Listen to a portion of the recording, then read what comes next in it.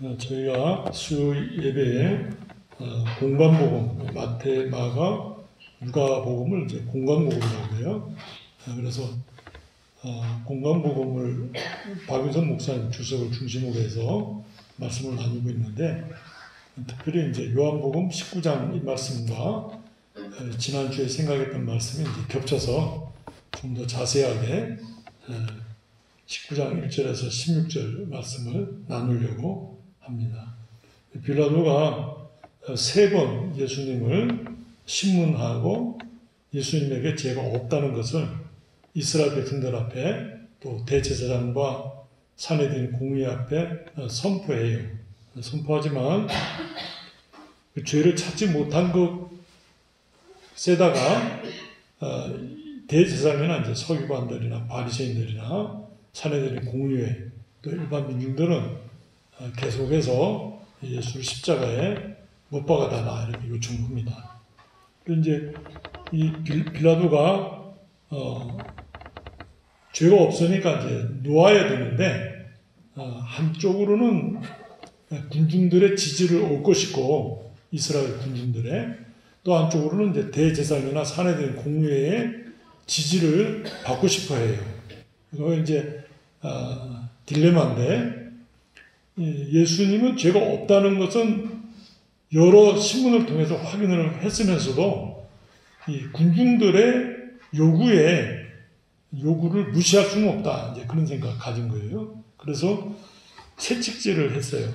채찍질한 것은 이제 나야간 타협인데, 채찍질을 함으로써 무리들을 어떤 면에서 아첨 또는 위로 또는 너희들의 이야기를 내가 어느 정도는 들어줬다는 제스처예요. 그러나 이제 채찍질이 그냥 채찍질이 아니고 막대기 끝에 가죽끈을 달고 그 가죽끈 끝에다가 뼈다귀를 달아서 치는 거기 때문에 맞으면 뭐 좀 심하게 맞으면 목숨을 잃기도 한다고 해요. 그러니까 심히 맞은 상태예요. 그리고 2절에 보면 군인들이 가시나무로 관을 엮어 그의 머리에 씌우고 자색옷을 입히고, 관을 씌운 건 이제 왕이라고 하니까 조롱하기 위해서 왕관을 가시로 씌웠다는 거예요. 실제로 이제 그 가시라는 것을 이스라엘에 가서 봤는데 한 10cm에서 15cm 정도 돼요. 가시가 탱자나무 가시보다 더 크고 끔찍해요. 몇 개 꺾어서 가지고는 왔는데, 이제 그걸 엮어가지고는 이제 씌우니까 피가 그냥 막 흐르죠. 자색 옷은 이제 왕이 입는 옷이에요. 왕이 입는 옷인데 그 입히고 조롱하려고 앞에 가서 이르되 유대인의 왕이여 평안할저다 하며 손으로 때리더라. 이제 조롱하는 거예요. 박윤선 목사님은 이사야 53장 말씀을 가지고 이 말씀을 해석을 하셨어요. 보면 이사야 53장 5절 말씀을 보겠습니다. 구약성경 이사야 53장 1034페이지 53장 5절 말씀이에요. 메시아 예언장인데 이사야 53장 5절 말씀. 그가 찔림은 가시 멸관으로 인해서 우리의 허물 때문이요 그가 상함은 우리의 죄악 때문이라. 그가 징계를 받음으로 우리는 평화를 누리고 그가 채찍에 맞음으로 우리는 나음을 받았도다. 찔림과 상함 또 채찍에 맞음 이런 것들이 이제 800년 전 이사야가 메시아가 어떠한 고난을 받으실 것을 예언한 말씀인데, 그 문자 작구대로 그대로 이루어진 것을 보게 돼요. 이거 이제 물론 빌라도는 이제 성경을 알지 못했겠지만은 행동이나 그 모든 상황 속에서 일어난 일이 구약에 예언되어진 그 예언의 말씀을 그대로 적용됐다 말씀이에요.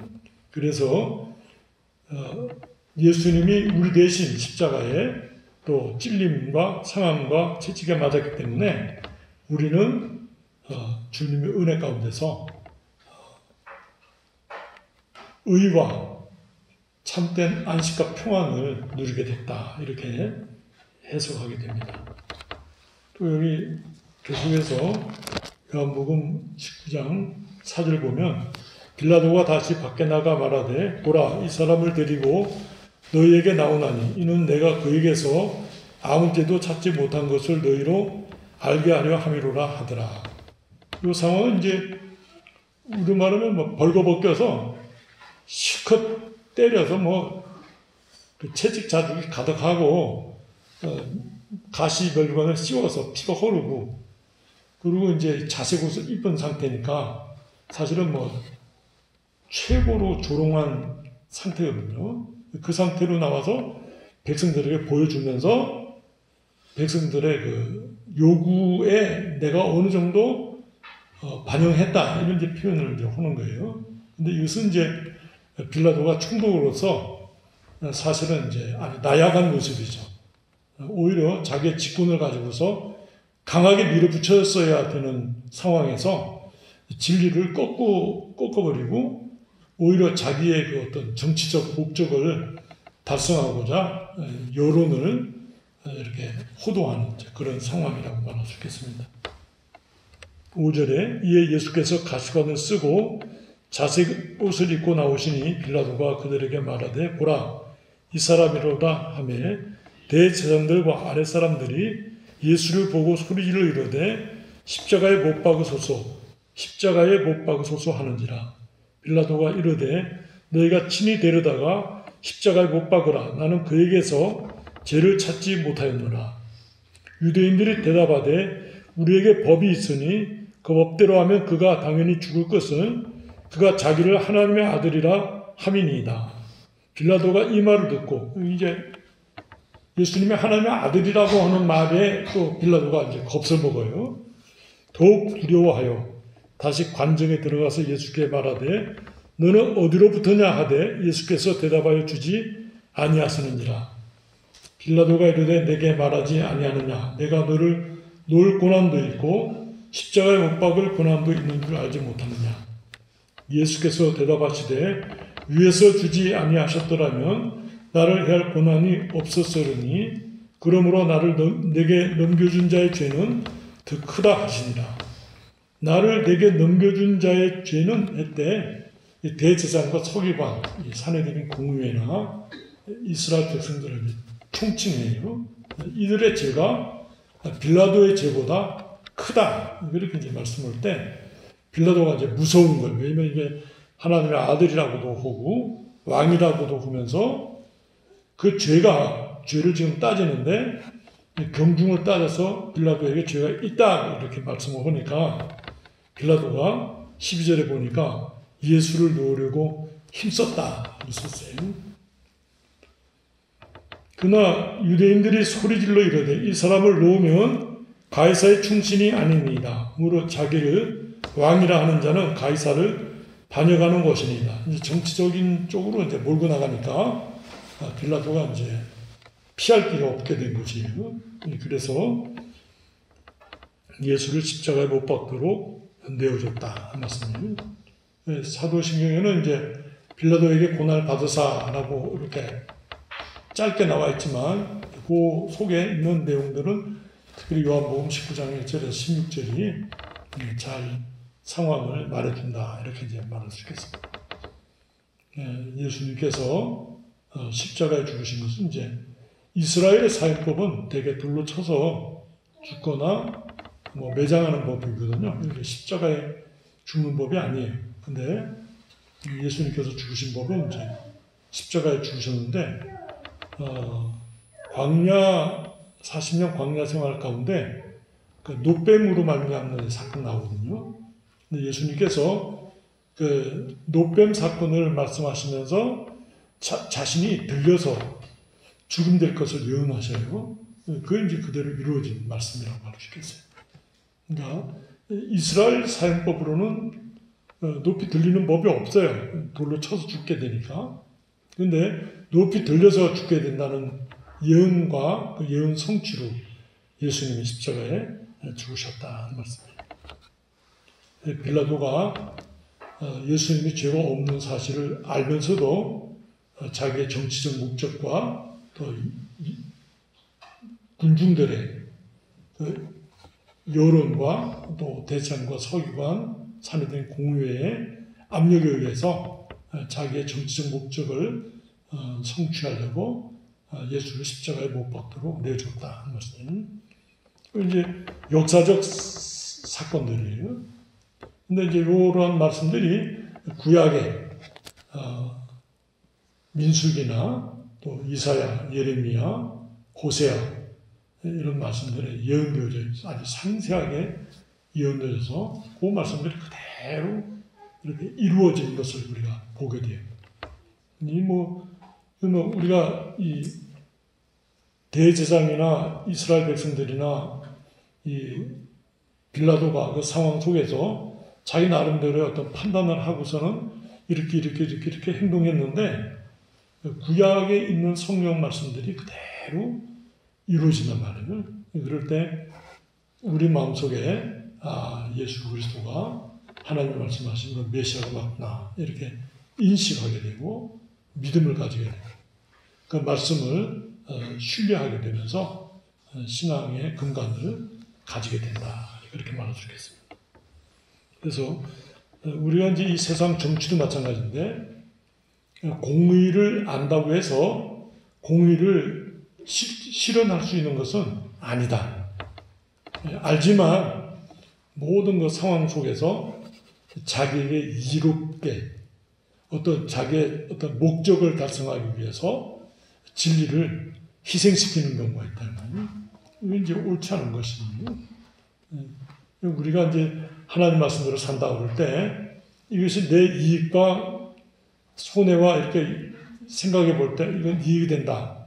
그럴 때는 하고 손해가 된다 할 때는 안 하고 그런 어떤 자기 이기주의적인 입장에서 진리를 순종하는 것이 아니라 하나님 말씀이기 때문에 그것이 어떤 때는 내게 손해가 되더라도 하나님 말씀이기 때문에 내가 순종한다. 이것이 이제 신자의 올바른 자세다.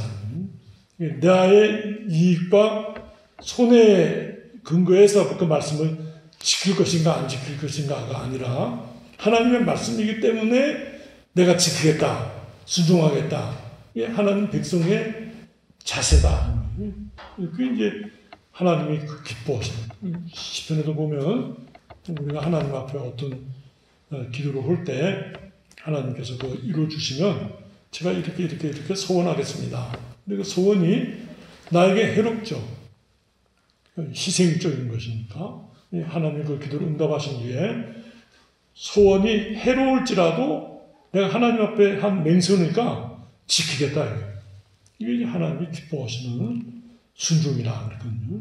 이따가 전쟁에서 이기고 돌아오면은 맨 먼저 자기 집에서 나와서 자기를 맞이하는 사람을 하나님 앞에 드리겠습니다. 그런데 무남 동료인 딸이 나와서 환영할 때 막 탄식하고 안타까워하거든요. 그러면서도 그 딸을 하나님 앞에 드리잖아요. 그런 이제 헌신이 참 믿는 자의 자세다. 이제 그런 신앙적 자세를 어제 국회의원들이 뭐 예산안 통과한 거 여러분 TV나 신문에서 보셨을 거예요. 그 속에 예수 믿는 사람이 절반이나 돼요. 그 사람들이 예수 믿는 신앙을 나타내고 나라의 안녕과 질서와 국민을 위해서 충분히 일을 할 수 있잖아요. 근데 어떤 정치적 목적 때문에 옳지 않은 것을 인정해버리고 그냥 밀실에서 그냥 그 예산을 통과시켜버린다고요. 이게 합당한가? 이렇게 생각이. 이제 굉장히 어렵죠. 진리를 내가 가지고 진리대로 산다는 것이 쉬운 일이 아니에요. 진리를 아는 것도 물론 어렵지만은 아는 진리를 그대로 내가 순종해서 살겠다 이렇게 하는 것은 참 성령의 은혜와 인도 없이는 우리 스스로가 안다고 해서 지킬 수 있는 것은 아니다 이렇게 생각이 돼요. 빌라도가 총독으로서 모든 권한과 권세를 가졌거든요. 그럼에도 불구하고 자기의 그 정치적 목적을 위해서 예수님을 죽음으로 이렇게 내놓을 수밖에 없는 상황. 이런 것들은 이제 빌라도의 딜레마죠. 근데 그런 딜레마를 우리도 가지고 있죠. 하나님 말씀을 순종함에 있어서 분명히 옳은 건 알면서도 어떤 때는 침묵해버린단 말이에요. 그걸 말해야 되는데 말하지 않는단 말이에요. 이건 이제 옳지 않죠. 좀 어려움이 있더라도 그리고 어려움을 각오하고라도 진리를 진리로 나타내야죠. 그렇게 볼 때 그래서 경건한 사람은 고난을 받겠다 이렇게 말씀하지 않았어요. 고난이라는 것은 손해인데 손해가 발생한단 말이에요. 그러나 하나님의 진리의 말씀대로 내가 순종하게. 그게 이제 우리가 사는 길이니까 그렇게 하겠다는 이제 그런 용단이 이제 우리가 필요하다. 하나님 말씀대로 산다는 것은 좋을 때만 내가 하나님 말씀대로 사는 것이 아니고 어렵고 힘들 때도 하나님 말씀을 내가 순종하겠다. 목적을 세우는 거예요. 박영희 목사님은 생명보다도 하나님 말씀을 지키는 것이 더 중하다. 생명은 뭐 버릴 수도 있다. 그러나 진리를 버리는 것은 아주 하나님으로부터 떨어지는 것이니까 그보다 더 불행한 것은 없다. 그렇게 말씀했어요. 이제 참 귀한 신앙적 태도죠.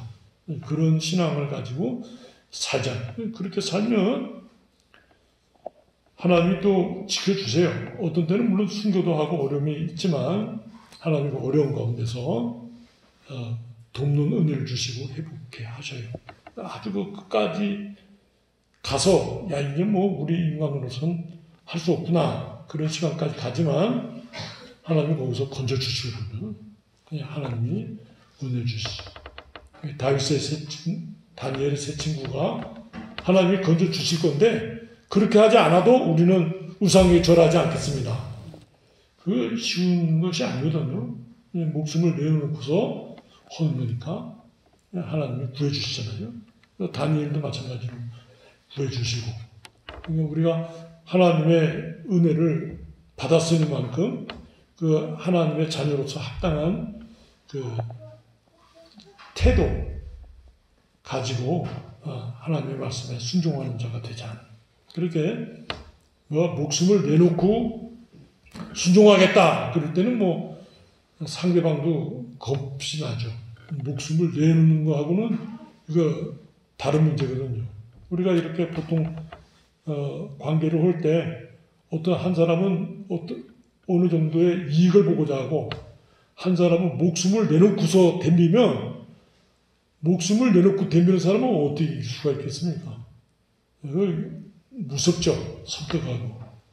우리가 진리 문제에 있어서는 물러서지 않겠다. 이렇게 딱 자세를 가지는 태도가 옳다. 이렇게 이제 깨닫게 돼요. 그런 면에서 이제 성경을 이제 볼 때 대제사장이나 사내들인 공회나 이스라엘 백성들이나 빌라도가 하나님 앞에서 잘 못하고 있다 하는 걸 깨닫게 돼요. 예수님은 저 고난 가운데서도 하나님 말씀이 성취될 수 있도록 순종하고 침묵할 때는 침묵하시고 그 권세가 있지만 권세를 쓰지 않으시고 복수하지 않으시고 참 인자한 음성으로 조조히 말씀하셨단 말이에요. 참 우리가 신자가 그러한 신앙적 그 여유와 태도를 가져야 되겠다 이렇게 깨닫습니다. 기도하시겠습니다.